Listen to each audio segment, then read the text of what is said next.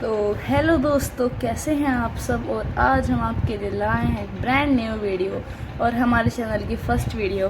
तो आज हम इस वीडियो में डिस्कस करने वाले हैं एपी के बारे में, यानी अर्थमेटिक प्रोग्रेशन के बारे में।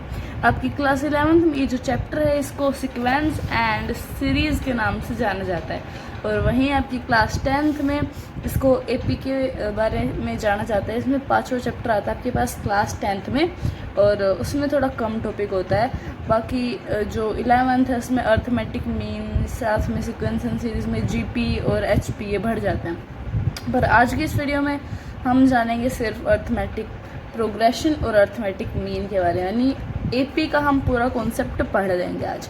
फिर अगले पार्ट में जीपी पढ़ेंगे और अगले पार्ट में एचपी पढ़ेंगे। तो ये वाली जो वीडियो है एपी वाली, ये आप 10th के स्टूडेंट है, चाहिए 11th के स्टूडेंट, या फिर आप देखना चाहते हैं सीक्वेंस एंड सीरीज एपी को जानना चाहते हैं, तो आप ये देख सकते हैं। एपी के बारे में स्पेशली वीडियो रहेगी और 10th के सारे टॉपिक कवर करेंगे, साथ में 11th के लेवल का भी पढ़ाएंगे और साथ में आपको क्वेश्चन प्रैक्टिस भी करवाएंगे। तो चलिए शुरू करते हैं। सबसे पहले हम यहाँ पे जानते हैं सीक्वेंस के बारे में, क्योंकि नाम में सीक्वेंस एंड सीरीज़ है और एपी में भी सबसे पहले हमें सीक्वेंस के बारे में जानने की बहुत ज़्यादा ज़रूरत होती है। तो सबसे पहले सीक्वेंस क्या होता है। देखो, एक set of numbers is arrange in a definite order according to some definite rule is called a sequence. एक ऐसा नंबर्स का सेट जो किसी डेफिनेट ऑर्डर में अरेंज हो किसी रूल के हिसाब से, लाइक 2 4 6 8 है, ये सीक्वेंस है। क्यों है सीक्वेंस? क्योंकि एक सेट ऑफ नंबर है, नंबर्स का सेट है, सही है, ये बात तो होगी। उसके बाद ये एक ऑर्डर में अरेंज हुई, ये बात भी होगी। अब ऑर्डर कैसा होना चाहिए? जो एक रूल को फॉलो करे। तो 2 4 6 8 ये सारे 2 की टेबल में आते हैं। फिर आप बोल सकते हैं कि +2 हो रहा है, तो ये एक डेफिनेट रूल को फॉलो कर रहा है। That's why we can say that it is a sequence. ठीक है, अब आगे शुरू करें। तो एक सीक्वेंस इज़ अ फंक्शन उस domain is a set of natural number. अब जो बच्चे 10th में उन्हें डोमेन और रेंज कम समझ आएंगे, लेकिन जो 11th में उन्हें पता है कि डोमेन का मतलब होता है इनपुट और रेंज का मतलब होता है आउटपुट। तो अब 10th में है तो भी आप समझ सकते हैं डोमेन मतलब जो हम चीज़ देते हैं, मतलब इनपुट करते हैं, और रेंज मतलब आउटपुट जो हमें रिजल्ट मिलता है। ठीक है, बाकी कोई इंपॉर्टेंट नहीं है, समझना। A sequence is a function whose domain is set of natural number and if the range of sequence is a set of subset of real number then it is called real sequence. देखो, एक sequence वो होता है जिसमें domain है ना वो natural number हो, मतलब जिसमें हम नेचुरल नंबर का ही सीक्वेंस बना सकें। ठीक है, समझ गए, नेचुरल नंबर ही हो। लाइक यहाँ पे था एक सेट ऑफ नंबर्स, कौन से नंबर? तो यहाँ पे नेचुरल नंबर। ऐसा सीक्वेंस जिसमें डोमेन नेचुरल नंबर हो और रेंज है वो रियल नंबर्स, मतलब आर से जिसको हम डिनोट करते हैं, रियल नंबर्स का सबसेट हो। देखो, सीक्वेंस जिसका डोमेन नेचुरल नंबर और range subset of real number. चलो एक बार के लिए हम सबसेट को समझ ही लेते हैं, बिकॉज आगे भी इसकी ज़रूरत हमें पड़ने वाली है। तो देखो, सबसेट होता है लाइक आपके पास एक सेट है, मान लो एक सेट है ए। सेट होता है किन्हीं भी वेल डिफाइंड ऑब्जेक्ट्स का एक ग्रुप, किन्हीं भी वेल डिफाइंड ऑब्जेक्ट्स का एक ग्रुप, ये होता है सेट। सबसेट क्या होता है? मान लो एक सेट है 1 2 3 4 5 6 और एक दूसरा सेट है बी। इस बी सेट में एलिमेंट्स हैं 1 5 6। अब आपको एक चीज़ नोटिस में आ रही होगी कि जो ये बी में एलिमेंट्स हैं वो एलिमेंट्स ए में भी हैं, लाइक 1 इसमें 1 इसमें 5 इसमें 5 इसमें 6 इसमें 6 इसमें। तो आप ये कह सकते हो अगर इस सेट के सारे एलिमेंट्स आपको इसमें मिल जाएं और इससे फालतू भी हो तो कोई फ़र्क नहीं पड़ता। अगर ऐसा हो रहा है तो आप कह सकते हो कि बी जो है वो सबसेट है ए का। ये बात समझ में आई? अब हम नीचे आते हैं अपना यहाँ पे कि ऐसा सीक्वेंस जिसका डोमेन जो हो एक रियल नंबर हो और जिसकी रेंज हो वो एक डोमेन जो हो वो नेचुरल नंबर और रेंज रियल नंबर का सबसेट हो, तो ऐसे सीक्वेंस को हम रियल सीक्वेंस कह सकते हैं। क्या कह सकते हैं? रियल सीक्वेंस कह सकते हैं। सीरीज़, अब सीरीज़ क्या होती है? बिकॉज नाम ही है सीक्वेंस एंड सीरीज। सीक्वेंस हमने पढ़ लिया, सीक्वेंस का एक बार क्विक रिवीजन फिर से मारते हैं। सीक्वेंस एक सेट ऑफ नंबर होता है जो किसी डेफिनेट ऑर्डर में या किसी डेफिनेट रूल के हिसाब से अरेंज होते हैं। ठीक है, जैसे कि हम जानते हैं 2 4 6 8 +2 +2 +2 एक डेफिनेट रूल है, इसके हिसाब से एक सेट ऑफ नंबर बन गया, तो ये एक सीक्वेंस कहलाएगा। एक सीक्वेंस जिसका जो डोमेन है, जिसका डोमेन नेचुरल नंबर और जिसकी रेंज रियल नंबर हो, हम ऐसे सीक्वेंस को रियल सीक्वेंस कहेंगे। और इसको कॉम्प्लेक्स सीक्वेंस भी कह सकते हैं, बिकॉज रियल नंबर भी कॉम्प्लेक्स नंबर का सबसेट हो सकता है। कुछ भी कहो, आप पे डिपेंड करता है। आप पढ़ते हैं सीरीज मतलब sum of terms of a sequences called series. ये पूरा सीक्वेंस है, जैसे 2 4 6 8 एक सीक्वेंस है, तो 2 + 4 + 6 + 8 अप टू इन्फिनिटी, ये एक सीरीज़ हो जाएगी। मतलब सीक्वेंस की टर्म्स का सम, उसको बोलेंगे सीरीज़। यहाँ पे लिख ही रहा है, जैसा कि आप देख ही सकते हैं, sum of terms of a sequence. Sum of terms of a sequence को हम सीरीज़ बोलेंगे, right. Sum of terms of a sequence को सीरीज़ बोलेंगे। अब A1 A2 A3 ये जो है, ये एक सीक्वेंस है एक्सप्रेशन का, ठीक है। ये एक सीक्वेंस है, then the expression, this is series. Like same thing, A1 A2 A3 किसी, ये कोई टर्म है जो एक सीक्वेंस को फॉलो करती है, एक सीक्वेंस में है, तो ये जो A1 + A2 + A3 होगा, एक सीरीज़ होगा। यही बात हमने आपको डेफिनेशन में बताई, समझ आई होगी आई होप। तो एक सीरीज़ है, वो एक फाइनाइट सीरीज़ जब कहलाएगी तब उसमें फाइनाइट नंबर ऑफ टर्म्स हो। मतलब ऐसा नहीं है कि इन्फिनिटी तक जा रहे हैं, -इन्फिनिटी तक जा रहे हैं, उसमें इतने टर्म्स हो जितने आप गिन सको या फिर जितने हमारी गिनती में आते हों, ठीक है। लाइक 21 टर्म है, तो 21 तक है तो फाइनाइट सीरीज़ है। अब यहाँ पे ये जो है 2 4 6 8 प्लस ... अब क्या पता ... कहाँ तक जाता है, तो इस चीज़ को हम इनफाइनाइट सीरीज़ बोलेंगे, जिसमें फाइनाइट टर्म्स हो वो फाइनाइट सीरीज, जिसमें इनफाइनाइट टर्म्स हो वो infinite series. Its simple. Sequence following specific pattern are called progression. ऐसे सीक्वेंस जो किसी स्पेसिफिक पैटर्न को फॉलो करते हैं उनको प्रोग्रेशन बोलते हैं। प्रोग्रेशन भी 3 टाइप के होते हैं, like arithmetic progression. A sequence is called an arithmetic progression. एक सीक्वेंस को हम अरिथमेटिक प्रोग्रेशन कहते हैं जब difference between any 2 conjugative terms is same. मतलब किन्हीं 2 अगली पिछली टर्म्स में डिफरेंस सेम हो। लाइक हमने वो एक सीक्वेंस पकड़ ही रखा है 2 4 6 8 वाला, तो वो ही ले लेते हैं। अब ये एक अरिथमेटिक प्रोग्रेशन होगा या नहीं होगा, ये हम पता कैसे करेंगे। सबसे पहले अगर कुछ बच्चों को नहीं पता तो कंजुगेटिव टर्म्स का मतलब होता है इसके बाद ये, मतलब ये दोनों कंजुगेटिव है, इसके बाद ये, मतलब ये दोनों कंजुगेटिव, मतलब आगे पीछे साथ साथ जो होती है ना, आप बोलते हो ना, पे सीक्वेंस का हो गया एक arithmetic progression.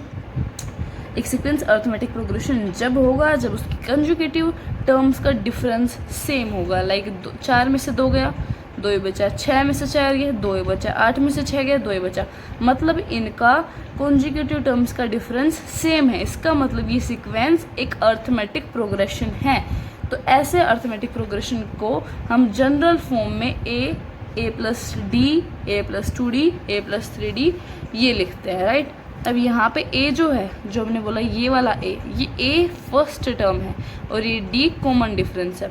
General term of an AP के बारे में बात करें तो let A with the first term, D with the common difference, जैसे मैंने आपको पढ़ाया, बीच में स्किप हो गया था, दोबारा कवर कर लिया, नाइस।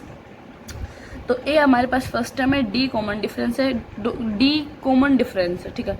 अब तुम कहोगे कॉमन डिफरेंस, अरे भैया ये जो 4 में से 2 माइनस करा, ये 2 आया, ये 2 ही कॉमन डिफरेंस है।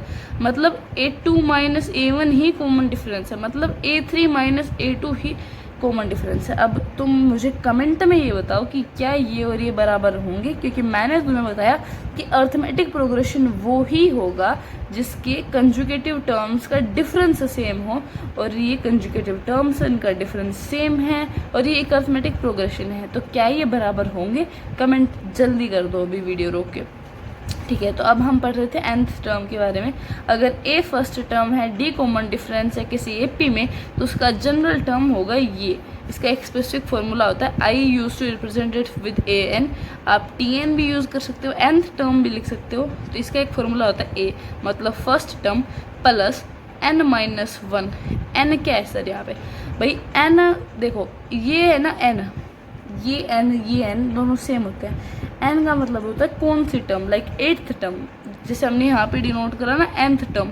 nth टर्म मतलब आप बताओ, N की जगह आप कुछ भी रख सकते हो, like first term, second term, third term, fourth term, fifth term, sixth term, कुछ भी रखो, ठीक है। N की जगह कुछ भी नंबर रख सकते हो आप, जोन सी टर्म आपको निकालनी है वो नंबर आप यहाँ पे रख सकते हो। तो यहाँ पे N - 1 और इसका मल्टीप्लाई D के साथ होगा। What is this D? This is common difference. Difference of conjugative terms which is same which I told you right. तो अब यहाँ पे हमारे पास ये भी हो चुका है। अगले पॉइंट पे आते हैं, L be the last term. अच्छा मानो एल लास्ट टर्म है और डी कॉमन डिफरेंस, डी तो कॉमन डिफरेंस ही रहेगा, पता है हमें। अच्छा एक एपी में ये कह दिया कि एक एपी है उसका कॉमन डिफरेंस डी है और उसकी लास्ट टर्म एल है, तो तुम एंड से एमथ टर्म बताओ, एंड से एमथ टर्म बताओ। देखो भाई सबसे पहले हम आपसे बताते हैं कि मान लो कोई एपी है 1 2 3 4 और 18। अब तुम्हें कह दिया कि ये कोई एपी है, इसका कॉमन डिफरेंस डी है, और तो डी मतलब क्या तुम्हें पता है, A2 माइनस A1 होता है, A3 माइनस A2 कुछ भी लिख सकते हो तुम, तुम्हारी मर्जी है। तो में से गया एक, ठीक है। अब तुम्हें पता है L मतलब लास्ट टर्म तुम्हें पता है क्या 18 है, 18 लिख दी सर हमारे पास D1 है, L 18 है। अच्छा भाई सर इन्होंने पूछा है mth term from and. Sir ये mth टर्म क्या है, m की जगह आप कुछ भी रख सकते हो। लाइक आपसे पूछे पीछे से कोई एपी दे दी, उसमें पूछे पीछे से 16वीं टर्म बताओ, पीछे से 16वीं टर्म बताओ। सर पीछे से 16वीं टर्म कैसे पता करेंगे, आपके पास दो ऑप्शन होते हैं, आपके पास दो ऑप्शन होते हैं, तो उन दो ऑप्शनों को हम अलग से सेपरेट से आपके आगे प्रस्तुत करते हैं। वेट फॉर अ मिनट, क्योंकि उस एल टर्म लास्ट टर्म है एल, कॉमन डिफरेंस है डी, कोई एपी दे रखी है, एमथ टर्म निकालनी है फ्रॉम द एंड। ये पूरा टॉपिक इतना आसान है, शुरू से शुरू करते हैं इसके लिए। देखो हमने सबसे पहले पढ़ा कि सर एक एपी होती है। भाई ये एपी क्या चीज़ है, सर ये एक सीक्वेंस ही होता है, पर इसमें फ़र्क ये होता है कि सर इसकी जो कॉन्जुगेटिव टर्म है ना सर, इसकी जो कॉन्जुगेटिव टर्म्स है ना सर, हाँ भाई सर उनका जो डिफरेंस है मतलब उनको आपस में सब्ट्रैक्ट करेंगे ना सर, तो उनका जो डिफरेंस आएगा वो सर सेम होगा। क्या होगा सर, वो सेम होगा। अच्छा भाई वो सेम होने वाला है, ठीक है। तो तुम कह दोगे वो एपी है, हाँ सर तो हम कह देंगे कि वो एपी है। इसकी फॉर्म क्या होती है सर, इसको आप ए प्लस डी, ए प्लस 2D ऐसे रिप्रेजेंट करते हो। और मैंने बोला एन, तो सर आप कह देना ए प्लस n माइनस 1D। क्यों सर, जैसे आप बोलते हो ए तो वो तो हो जाता है ए, सर जैसे आप बोलते हो A2 तो हो जाता है A प्लस टी, और जैसे आप बोलते हो A3 तो सर वो हो जाता है A प्लस 2D। इसका मतलब क्या है सर, यहाँ पे जो होगा उससे एक कम होगा, तो अगर यहाँ पे n होगा तो यहाँ पे n माइनस 1 होगा। अच्छा तो सर हमें ये जनरल टर्म मिल गई कि a plus n minus 1D होगा। हाँ भाई तुम्हें जनरल टर्म मिल गई। सर क्या हम इसको सिर्फ और सिर्फ an लिख सकते हैं, नहीं, तुम इसको tn लिख सकते हो, तुम इसको nth टर्म से बोल सकते हो। अच्छा सर ये तो nth टर्म की बात हो गई। अच्छा भाई ठीक है सर इस पर कोई क्वेश्चन प्रैक्टिस करवा सकते हो, क्वेश्चन प्रैक्टिस करवाएंगे पर अभी नहीं, बिकॉज एक छोटा टॉपिक है, 10th के लेवल में आप इसको समझ जाओगे आसानी से, तो क्वेश्चन बाद में प्रैक्टिस कराएंगे। और अगर आपको क्वेश्चन चाहिए तो आप हमारे चैनल को सब्सक्राइब कर दीजिए, क्योंकि हम साथ साथ आपके साथ डॉक्यूमेंट भी शेयर करेंगे, और अगले वीडियो से डिस्क्रिप्शन में उनके लिंक भी देंगे, और आपका रिस्पॉन्स देखेंगे पहले, तो उसके बाद हम पता चल गया कि सर nth टर्म तो है ना सर वो ये होती है, और ये काफ़ी इंपॉर्टेंट है। लाइक सर आपको बोल दिया 2 8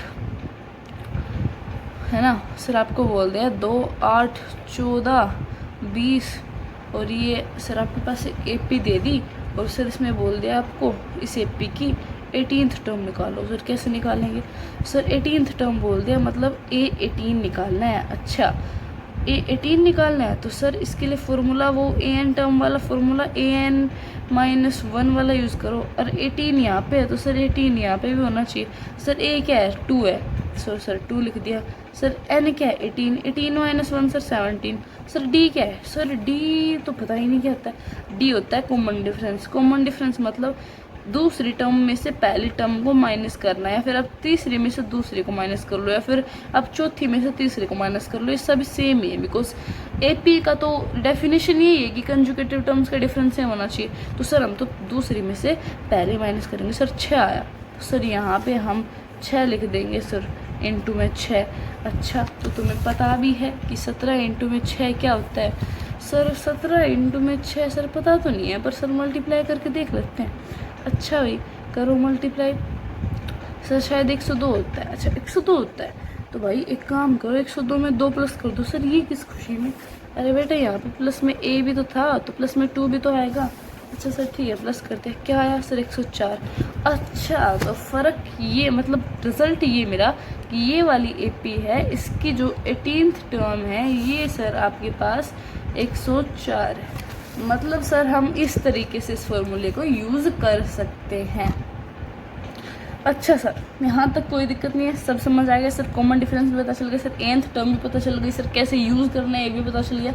पर सर आपको कुछ लास्ट टर्म वाला समझाने के लिए नोटबुक लाए थे, चलो वो भी समझा ही देते हैं। सर आपके पास ऐसे क्वेश्चन आते हैं कि an निकालो, 18th टर्म निकालो, 16th टर्म निकालो, आते हैं ऐसे क्वेश्चन। पर सर एक दूसरा टाइप बनता है थोड़ा ऊपर के लेवल का। क्या सर? सर आपके पास एक एपी दे देते हैं और उसमें ये नहीं पूछते कि आगे से 18th निकालो, आगे से 17th निकालो, सॉरी आगे से 19 निकालो, 17 निकालो, 15 निकालो। सर आगे से नहीं पूछते, फिर वो an नहीं पूछते फिर वो। तो सर क्या पूछते हैं उस लेवल में? सर उस लेवल में आपसे कहते हैं कि ये एक एपी है, इसमें से पीछे से 12वीं टर्म बताओ, पीछे से 8वीं टर्म बताओ। सर इस प्रकार से पूछते हैं। तो सर इसको कैसे करेंगे? देखो इसके तुम्हारे पास दो तरीके होते हैं।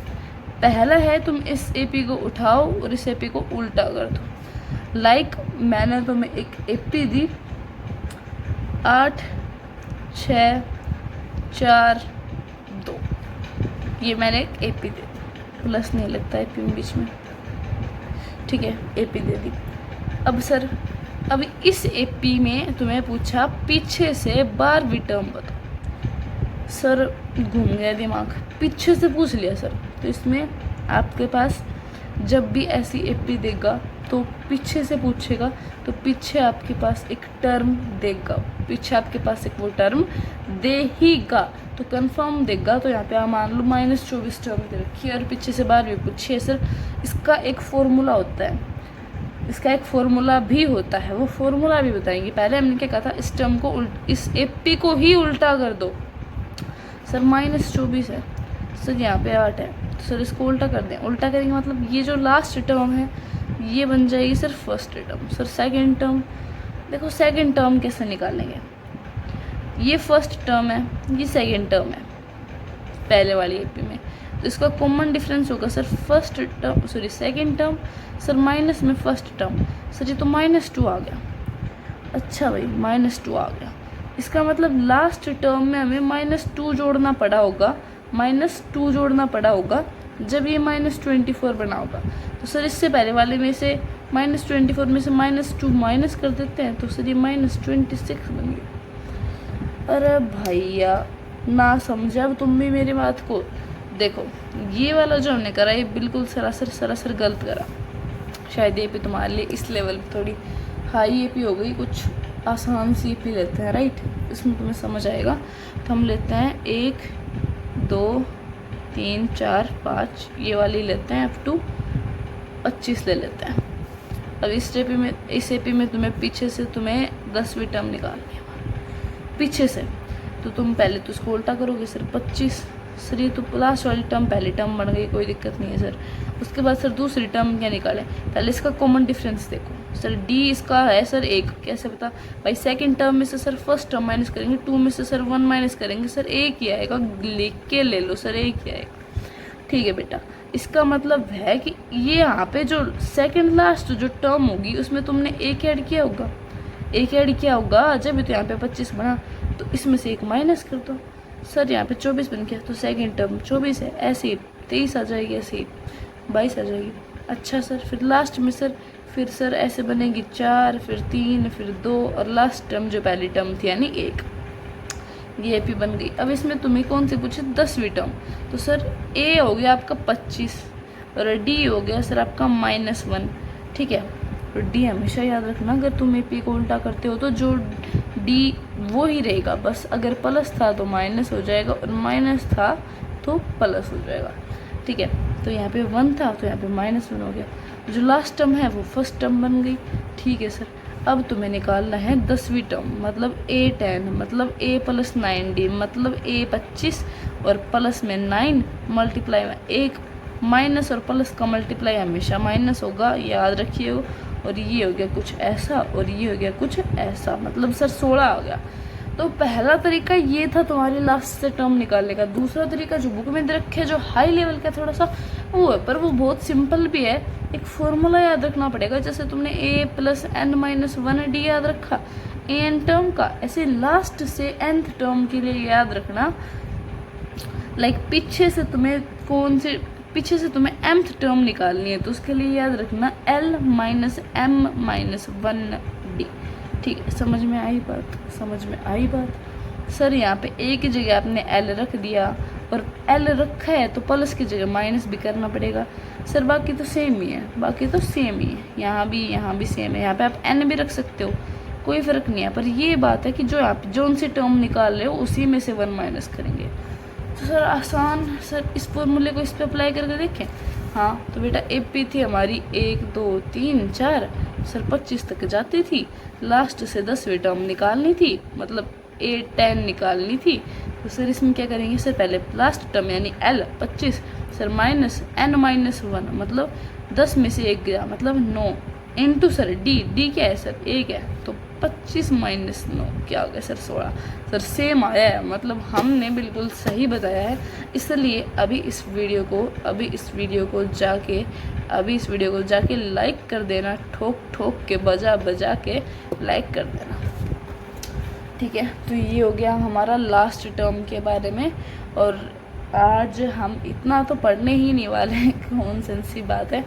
अभी हम पढ़ते हैं थोड़ा सा फालतू, और उससे पहले काम करते हैं, थोड़े से क्वेश्चन लगा लेते हैं, है ना, उनमें आसानी हो जाएगी वैसे। अच्छा चलो, तो हम तुम्हें एक और फैक्ट बता ही देते हैं साथ साथ कि mth term from and is n-1th term from beginning, n क्या है sir, n total number of terms. Sir m क्या है, जो टर्म तुम्हें निकालनी है AP के एंड से। सर प्लस में 1, और ये आ गई आपकी शुरू से mth टर्म। समझ में आई बात? नहीं आई तो फॉर्मूला रट लेना, तुम्हारे आगे लाइन लिखी हुई है। बाकी जितना समझाते हैं उतना समझा दिया, हर चीज़ को बहुत ही बारीकी से समझाया। अब कुछ क्वेश्चन आ जाते हैं तुम्हारे पास, तुम्हें पहले वो क्वेश्चन ही दिखा दिए जाएं। तो ये देख सकते हो तुम, ऐसे क्वेश्चन आते हैं, लिख भी रखा है यहाँ पे। AI में 2012 में आया हुआ है भाई, देख लो किस लेवल का पढ़ाया है।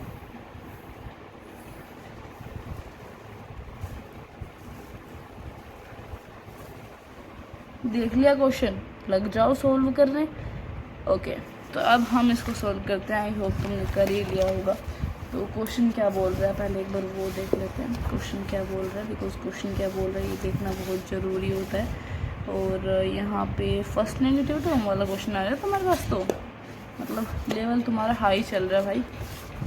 और देखते हैं आप, देखो, find first negative term of the sequence this. ठीक है, ये हमें बोला है इसने। तो ये सीक्वेंस दे रखा है, इसकी फर्स्ट नेगेटिव टर्म निकालनी है। सबसे पहले तुम देखोगे कि ये सीक्वेंस AP में है या नहीं, बिकॉज अगर ये सीक्वेंस AP में मिला तो तुम्हारे लिए बहुत आसान हो जाएगा। ठीक है, मैंने इस क्वेश्चन को ऑलरेडी ट्राई कर दिया है और आई होप तुमने भी कर लिया होगा। इसका सोल्यूशन यहाँ पे है, तो बार बार नहीं करेंगे। बाकी कुछ समझना है तो प्लीज़ टाइम लाइन पे इसको शो करके और कमेंट कर दीजिएगा, आपका रिप्लाई ज़रूर मिलेगा। बिकॉज आपके डाउट को क्लियर करना बहुत ज़्यादा ज़रूरी है हमारे लिए। तो सबसे पहले हमें ये समझ आ रहा है कि एक AP क्यों है, क्योंकि इसका कॉमन डिफरेंस सेम है। मतलब AP है। अब सर इसकी पहली टर्म 20 है, तो हमें निकालनी है nth टर्म। कौन सी nth टर्म, जो नेगेटिव हो। फर्स्ट नेगेटिव टर्म निकालना है। नेगेटिव है मतलब 0 से बड़ी है, तो हम ये यूज़ करेंगे। सर an क्या होता है, a+n-1d। ये 0 से बड़ा होना चाहिए, 0 से छोटा होना चाहिए, तभी तो नेगेटिव होगी। और इसमें आप सारी वैल्यूज़ लाइक a की वैल्यू, d की वैल्यू रख देंगे, और फिर आपके पास ये इक्वेशन बनेगी। इसको ज़रा सोल्व कर लेंगे। और इनइक्वालिटी अगर आपको जाननी हो तो प्लीज़ कमेंट कर देना, उसके ऊपर भी एक वीडियो लाएंगे हम। बाकी इसमें बहुत सारे टॉपिक्स यूज़ होते हैं 11th के हर चैप्टर में, तो उनके ऊपर हम बेसिक से वीडियो लाना शुरू कर देंगे फिर एक प्ले लिस्ट में, ठीक है। तो ये इस प्रकार से जैसे 4 4 कॉमन, 83 माइनस 3n, 4 उस साइड जाके 0 हो जाएगा, उसके बाद ये 3n उस साइड जाएगा और ये साइन जो इसका था वो चेंज हो जाएगा, बिकॉज आप देख सकते हो कि माइनस 3n है तो यहाँ पे प्लस 3n करना पड़ेगा, उस साइड भी प्लस 3n करना पड़ेगा। इनइक्वालिटी का है पूरा सौदा समझाएंगे तुम्हें। n मतलब ये आया है, ये आया है, ये वैल्यू कंप्लीट नहीं हो सकती 2/3, इसका मतलब इससे बड़ी होगी, मतलब n इक्वल टू 28। और यहाँ नहीं रुकना है, यहाँ नहीं रुकना है, ये तो बुक वाला है। तो मैं इस 28 को रख के देखना है an के फॉर्मूला में, यहाँ पे रख के देखना है। नेगेटिव टर्म आए तो ठीक है, बहुत बढ़िया, तुम्हारा आंसर रीचेक हो जाएगा, ठीक है। तो उसके बाद भी एक ये AI का क्वेश्चन है, तो इसमें बोला कि if 100 times the 100th term of AP with non zero common difference equals to 50 times the 50 term, तो 150th टर्म पूछा है। देखो इन्होंने बोल दिया with non zero common difference, अगर तुम्हें ये ना बोले with non zero common difference और कुछ ऐसा ही क्वेश्चन दे दे 100 टाइम्स 100, 50 टाइम्स 50, तो समझ जाना कि जो D है वो 0 है और सारी टर्म्स इक्वल हैं। बट इन्होंने सिंपल सीधा सटीक बोल दिया नॉन जीरो कॉमन डिफरेंस, मतलब कॉमन डिफरेंस 0 नहीं है। तो सिंपल इसको रख के देख लो, ये आ गया 2T 100 is equal to T50, या फिर इनकी वैल्यू रख दो। और जब तुम इसको सिंपली भी सोल्व करोगे ना, लाइक T100 मतलब A100 सेम ही बात है, इसको आप A plus 99D A plus 49D लिख दो, ठीक है। और इसको सोल्व करोगे सिंपल इक्वल रख के, तो आपके पास T 150 149D और ये 0 आ जाएगा। कैसे सर समझ ही ना आ रहा। देख बेटा यहाँ पे ये क्वेश्चन तुम्हें करके ही दिखा देते हैं भाई, है ना। ऐसे बोला 100 times 100 term is equal to 50 times 50th term, ठीक है। ओके सर समझ में आया, सर समझ में आया। सर इस 50 को यहाँ ले आओ, सर ले आए। सर क्या बना A100, अच्छा सर यहाँ पे A50, सर ये गया 2 पे, मतलब 2 A100 को लिख सकते हैं A plus 99D is equal to A plus 49D। Sir 2A plus sir plus 198D is equal to sir A plus 49D। इसका मतलब है sir 2A minus A plus 198D minus 49D।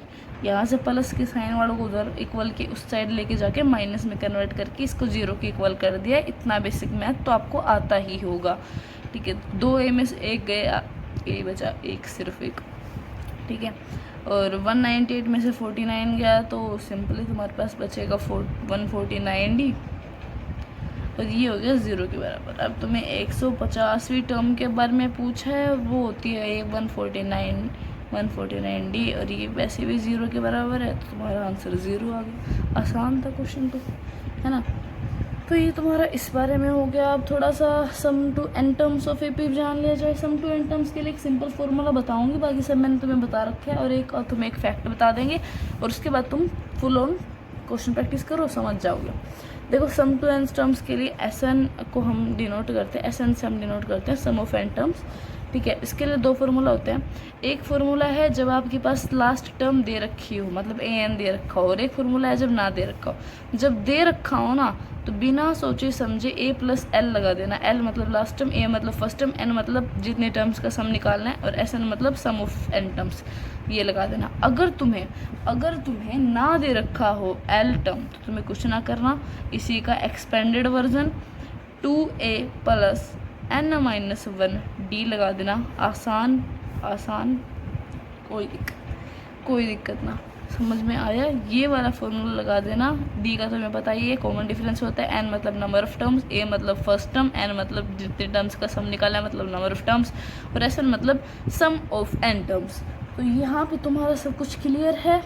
और एक fact याद रख लेना, A N is equal to S N minus 1। बहुत ही simple से बात तक भेजे में घुसा लो। मतलब सिंपल कह रहा है कि आपको 25वीं टर्म निकालनी है, तो 26 टर्म्स का सम माइनस 25 टर्म्स का सम आ जाएगी ना आएगी? ये तो 26वीं टर्म आएगी। अगर आपको 25वीं टर्म निकालनी है, मतलब आपको A25 निकालना है, तो आप S25 में से S24 माइनस कर देना। मतलब 25 टर्म्स के सम में से 24 टर्म्स माइनस कर दिए तो 25वीं टर्म ही तो बचेगी। तो वो सिंपली ये फॉर्मूला उसको डिनोट कर देता है, AN is equal to SN minus SN-1। समझ में आई बात? तो सिंपली तुम्हारा सम टू एन टर्म्स का यही था कॉन्सेप्ट। और यहाँ पे सब कुछ लिख रहा है, स्क्रीनशॉट मारना है तो मार लो, कोई दिक्कत नहीं है। ये कुछ क्वेश्चंस है और ये प्रैक्टिस कर लेना, तुम ऑनलाइन खोल के प्रैक्टिस कर लेना। बहुत आसान टॉपिक, बहुत आसान टॉपिक। अब हम AP की प्रॉपर्टीज़ पर आते हैं, बिकॉज ये तुम्हारे लिए बहुत इंपॉर्टेंट होंगी और काफ़ी ज़्यादा बड़ा टॉपिक अभी तुम्हारा थोड़ा सा रह ही रहा है। AP के कुछ फैक्ट्स भी बताएंगे एकदम, थोड़ा क्वेश्चन प्रैक्टिस के लिए हम देंगे, उनको स्क्रीनशॉट मार के कर लेना। अर्थमेटिक मीन भी अपना बच रहा है तो, और हाँ, arithmetic mean of mth power भी बच रहा है, तो समझ जाओ, फटाफट से स्क्रीनशॉट मारो और आगे चलो। ठीक है, तो अब हम शुरू करते हैं। ये क्वेश्चन है, स्क्रीनशॉट मारना है तो फटाफट मार लो। ठीक है, राइट, मार लिया। ठीक है, अब चलते हैं आगे। प्रॉपर्टीज़ ऑफ AP, ABC मान लो, चलो ABC है वो AP में है। तो आप एक बात हमेशा याद रखना, 2B is equal to A+C होगा। सर कैसे? सर समझ ही तो नहीं आता, इसलिए तो आपकी वीडियो देखने आए थे। अरे भाई सुनो, अरे भाई सुनो, ABC AP में है तो सर तुम कह सकते हो B माइनस से C माइनस B के बराबर होगा। क्यों? अरे कॉन्जुगेटिव टर्म्स का डिफरेंस सेम होता है, सेम होता है। हाँ तो सर जी होगा, सर होगा इक्वल, सर इतना कह सकते हो। तो सर B ये माइनस का इक्वल के इधर के प्लस का हो जाएगा। ठीक है, ये माइनस का इक्वल के इधर के प्लस का हो जाएगा। ये माइनस का A इक्वल के उधर जाके प्लस का A हो जाएगा। सर 2B A+C के बराबर हो गया। सर समझ में आई बात? सर ये ही इसने बोला है, बात खत्म। उसके बाद एक फाइनाइट GP में sum of terms equal standard from the beginning and the end is always same and is equal to the sum of the first and last term. नहीं है यार समझ में, तुम्हें कुछ समझ आता भी है? मेरी बात सुनो, मान लो कोई AP है, मान लो कोई AP है, 1 2 3 4 5 6 7 8 9 10, ये एक फाइनाइट AP है। और जो हम बात कर रहे हैं वो भी फाइनाइट AP की बात कर रहे हैं। एक फाइनाइट AP में पहली और लास्ट, दूसरी और सेकंड लास्ट, तीसरी और थर्ड लास्ट, चौथी और फोर्थ लास्ट, फिफ्थ और फिफ्थ शुरू से और फिफ्थ लास्ट, मतलब इन सारी टर्म्स का सम सेम होगा। लाइक 1 और 10 11, 2 और 9 11, 8 और 3 11, 7 और 4 11, है ना? ऐसे सब इक्वल होगा। ठीक है, 11 हो रहा है।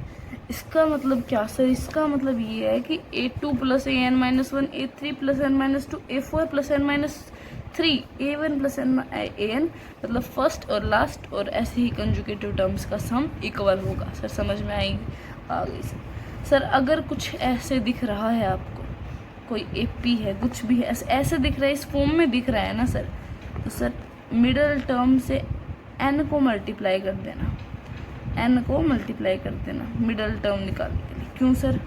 सर क्यों? क्योंकि देखो दो केस बनते हैं। अगर तुम्हारे पास AP के N पे डिपेंड करता है, मतलब AP में कितनी टर्म्स है इस बात पे डिपेंड करेगा। AP में कितनी टर्म्स है इस बात पे डिपेंड करेगा तुम्हारी मिडल टर्म 1 होगी या 2। अगर तुम्हारी AP में N टर्म्स है, N ओड है, मतलब ओड नंबर ऑफ टर्म्स है तुम्हारी AP में, तुम्हारी मिडल टर्म 1 होगी। और इवन नंबर ऑफ टर्म्स है तो तुम्हारी AP 2 होंगी। तो तुम्हें एक बात समझ आनी चाहिए कि जब तुम मिडल टर्म निकाल के उसको N से मल्टीप्लाई करोगे तो तुम्हारे पास कौन सी टर्म थी वो, लाइक तुम्हारे पास दे दिया मिडल टर्म इज़ 15 और तुम्हारे पास दे दिया कि N है ना वो ओड है, तो तुम उसको N से मल्टीप्लाई कर दोगे। मतलब अगर तुम्हें निकालना हो मैग्नीट्यूड, तो वैसे मेरे हिसाब से तुम्हें टॉपिक स्किप कर दो तो अच्छा है। ये टॉपिक जो है ना, ये अगली क्लास में बहुत ही बम्बास्टिक तरीके से आने वाला है, तो अभी तुम इसको स्किप कर दो, अगली क्लास में पढ़ेंगे। उसके बाद हम आगे बढ़ते हैं। तो A1 A2 A3 AN AP में है, तो AN AN-1, मतलब इसका उल्टा भी AP में होगा। और अगर उसमें हम कुछ लैम्डा टाइप, मतलब कुछ भी लैम्डा मतलब कोई भी रियल नंबर कुछ भी ऐड कर दो या फिर माइनस कर दो तो वो भी AP में होगा। अगर इसको मल्टीप्लाई कर दो तो वो भी एपी में होगा। बस ये जो लैम्बडा है ना, ये जीरो नहीं होना चाहिए। क्या नहीं होना चाहिए? जीरो नहीं होना चाहिए। उसके अलावा तुम कुछ भी मल्टीप्लाई कर दो तब भी एपी में रहेगा, ठीक है। अगर किसी एपी में पीथ टर्म जो है, मतलब कोई पीथ टर्म है वो क्यू है और कोई क्यूथ टर्म है वो पी है, मतलब 10वीं टर्म 9 है और 9वीं टर्म 10 है, कुछ ऐसा केस बनता है। तो अगर तुम्हें कह दिया जाए कि तुम सीधे 19वीं टर्म निकालना, फिर P plus Q V term निकालो, तो वो जीरो होगी। देखो मैं बताती हूँ कैसे क्वेश्चन आते हैं इस पे क्वेश्चन ऐसे आता है सर कि मान लो वो कहते हैं सीधा कि सर तुम्हारे पास A10 जो है, मतलब 10वीं टर्म जो है वो 9 है, और सर A9 जो है, मतलब 9वीं टर्म जो है वो 10 है। तो सर वो कहेंगे कि तुम बताओ A19 क्या होगी। सोचना इच नहीं है, जीरो करके आ जाना। कैसे सर? देखो वो ही हम उसमें बता रहे थे कि पीथ टर्म है वो क्यू है, क्यूथ टर्म है वो पी है, तो पी प्लस क्यू हो जाएगी वो जीरो, ठीक है, वो हो जाएगी जीरो। सर आ गई समझ में बात? आ गई, बहुत अच्छी बात। अगर समझ में आ गई तो अब यहाँ पे देख लो कि ये मैंने भी तुम्हें बता दिया, mth टर्म एपी की n है, nth टर्म m है, तो pth टर्म मतलब वही बात। क्या बात सर बताते हैं अभी। ये कह रहा है कि अगर 10वीं टर्म 9 है, 9वीं टर्म 10 है, और तुम्हें पूछ ली जाए 12वीं टर्म कौन सी है, तो वो 12वीं टर्म तुम्हारी हो जाएगी 9 प्लस 10 माइनस 12। 9 प्लस 10 माइनस में 12, मतलब सर 19 माइनस में 12, मतलब सर 7, मतलब तुम्हारी 12वीं टर्म हो जाएगी 7। सर अगर आपकी 10वीं टर्म 9 है, 9वीं टर्म 10 है, और आपसे कोई पूछ ले कि आपकी 12वीं टर्म क्या होगी, तो सर आपकी 12वीं टर्म होगी 9 प्लस 10 माइनस 12।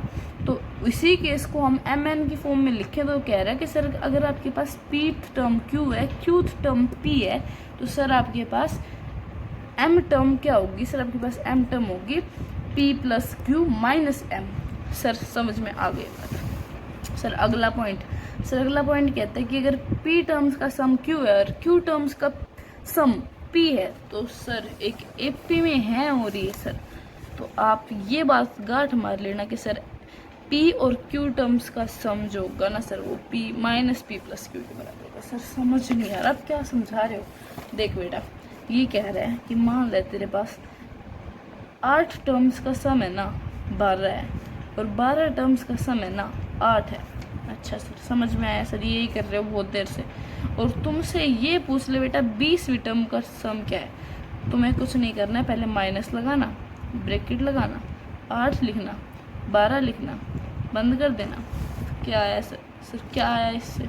सर ये आ गया माइनस 20, मतलब सर 20 टर्म्स का सम माइनस 20 होगा। बिल्कुल सही। फॉर्मूला क्या कहता है? मान लो ये S8 है, इसको SP लिख लो, मतलब P लिख लो, और इसको लिख लो Q। ये 12 को Q लिख रहे हैं तो यहाँ पे भी Q ही लिखेंगे, और P को 8 लिख रहे हैं तो यहाँ पे P लिखेंगे। अगर तुम्हें कुछ ऐसा कुछ दिख जाए, PQ की जगह कुछ भी हो सकता है, कुछ भी, पर ऐसा कुछ भी दिख जाए और तुमसे पूछ ले कि SP प्लस Q क्या होगा, SP प्लस Q क्या होगा, तुम्हें कुछ नहीं करना, बोल देना सर पहले माइनस लगाओ, ब्रैकेट लगाओ, P लिखो, प्लस में सर Q लिखो, सर ये होगा। बस ये भी दिमाग में बैठा लो, ये सारी प्रॉपर्टीज़ हैं। स्क्रीनशॉट मार सकते हो तुम, मार ली, यहाँ भी मार ली, तो सर तुम रुको, यहाँ भी मार ली। अब सर ये वाला क्वेश्चन बहुत सारे बच्चों का डाउट था,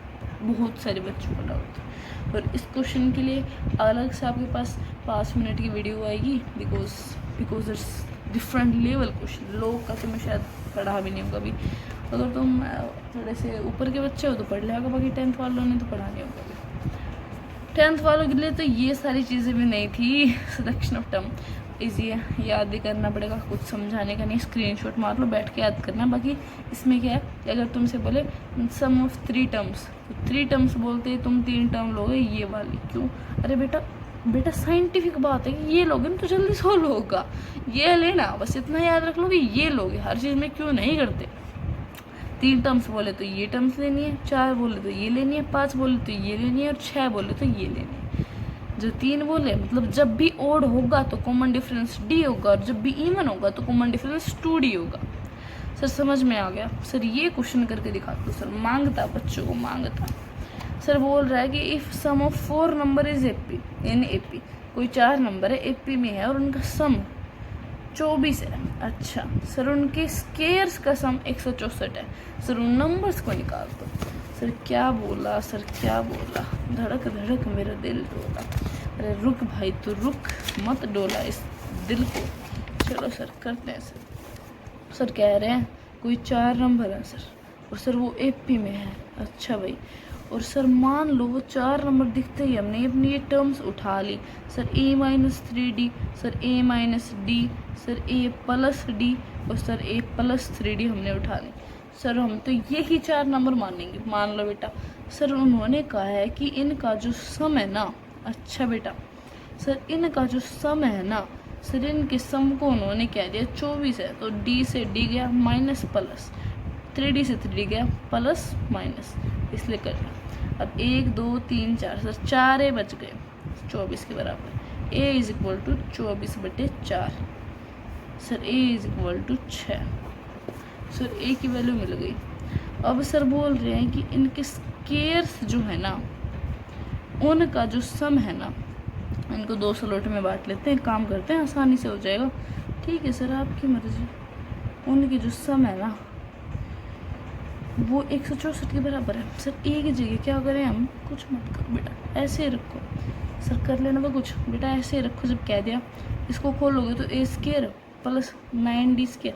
अरे ये वाली प्रॉपर्टी तो पता होगा तुम्हें, ये तो पता होना चाहिए भाई। अभी यहाँ पे इस लेवल पे बैठे हो तो ये तो पता होना चाहिए ना, ये सिंपल प्रॉपर्टी है। इसके हिसाब से अगर हम इसको खोलेंगे तो सर ये कुछ इस प्रकार से बन जाएगा। हाँ सर सही कह रहे हो सर आप तो, सर आप तो जीनियस निकले। हाँ तो पहले स्लॉट में ये आ गया, प्लस प्लस ये रह गया ना, इनको प्लस करेंगे।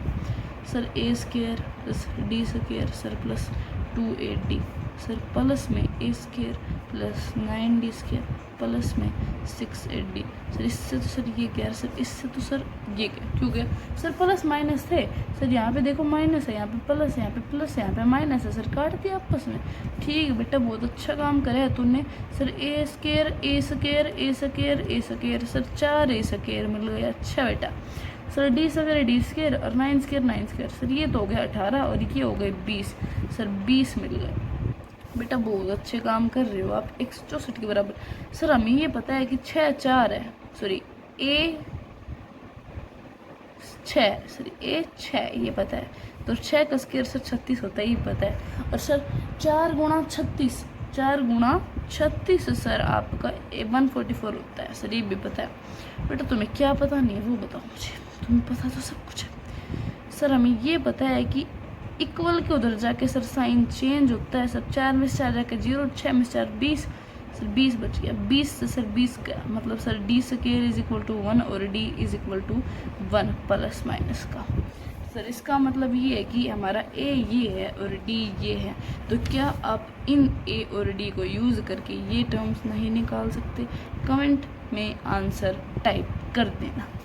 ठीक है, ये सारा आपके पास सॉल्यूशन था और लेक्चर थोड़ा लंबा हो रहा है, इसलिए हम कुछ फैक्ट्स दनादन पढ़ने वाले हैं और भाई बहुत फास्ट स्पीड में पढ़ेंगे बिकॉज लेक्चर लंबा हो रहा है। देखो पहली बात ये है कि अगर ये A1 A2 A3 AN ये AP में है, B1 B2 B3 BN AP में है, तो इन दोनों का सम जो होगा वो BAP में, मतलब सम हो जाए सब्ट्रैक्शन, मतलब इस फॉर्म में कुछ भी होगा वो AP में होगा। सर अगर इनका मल्टीप्लिकेशन होगा या फिर इनका डिवीजन होगा सर वो AP में नहीं होगा। क्यों सर? कॉमन डिफरेंस बदल जाएंगे, AP में कैसे होगा फिर? अच्छा ठीक सभी बेटा रवा बनना। Sir if the terms of an AP are chosen at regular interval they form AP।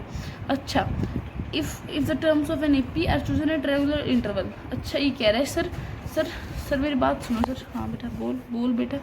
Sir 1 2 3 4 5 अगर आपने रख दिया तो ये वाला पॉइंट जो है वो सर ये कह रहा है, ये वाला पॉइंट। हाँ बेटा बोल क्या कह रहा है कि सर अगर आप एक छोड़ के एक छोड़ के एक, या फिर ऐसे ही सर आप एक छोड़ एक ले लिया फिर 2 छोड़ के ये ले लिया, सर ऐसे आप चूज़ करोगे ना रेगुलर इंटरवल पर तो सर वो भी AP बनाएगा। कैसे? जैसे सर आपने ये लिया फिर आपने ये लिया, मतलब एक छोड़ के ले लिया तो सर 1 3 5 मिल गया। अब सर देखो 2, सर देखो 2 बनाया ना AP। अच्छा बेटा बना दिया। सर आप ये देखो, आपने एक ले लिया, फिर ये 2 छोड़ दिए, फिर आपने, चलिए काम करते हैं, आप बॉक्स बना लेते हैं। सर आपने एक ले लिया, 2 छोड़ के ये ले लिया, 2 छोड़ के ये ले लिया, तो क्या बना सर आपके पास ये? सर 4 में से गया 3, सर 7 में से 4 3 बनाया ना एपी। मतलब आप किसी एपी की रेगुलर इंटरवल्स की टर्म लेंगे तो सर वो एपी बनाएंगी। अच्छा, तो ये पॉइंट ये कह रहा है सर, क्लियर। अगर सर किसी एपी में आप कोई कॉन्स्टेंट के जोड़ते हैं तो आपके पास एक और एपी बन जाएगी, जिसमें अगर पहले वाली जो एपी थी उसका कॉमन डिफरेंस अगर आपके पास डी था, तो जो नई बनेगी, तो जो रिजल्टिंग एपी बनेगी उसका कॉमन डिफरेंस आपके पास डी प्लस के हो जाएगा, अगर आप के जोड़ते हैं तो। ठीक है सर। सर अगर आप के मल्टीप्लाई करते हैं तो रिजल्टिंग सीक्वेंस है ना, वो एक एपी बनेगा, बशर्ते के कांस्टेंट होना चाहिए, वो एक एपी बनेगा और उसका फर्स्ट टर्म ए और के का मल्टीप्लाई होगा और कॉमन डिफरेंस डी और के का मल्टीप्लाई होगा। ठीक है सर, समझ में आई बात। Sir nth term linear expression में देखें तो ये होगा लीनियर एक्सप्रेशन, n मतलब नंबर ऑफ टर्म्स, और ये ए बी क्या होगा सर?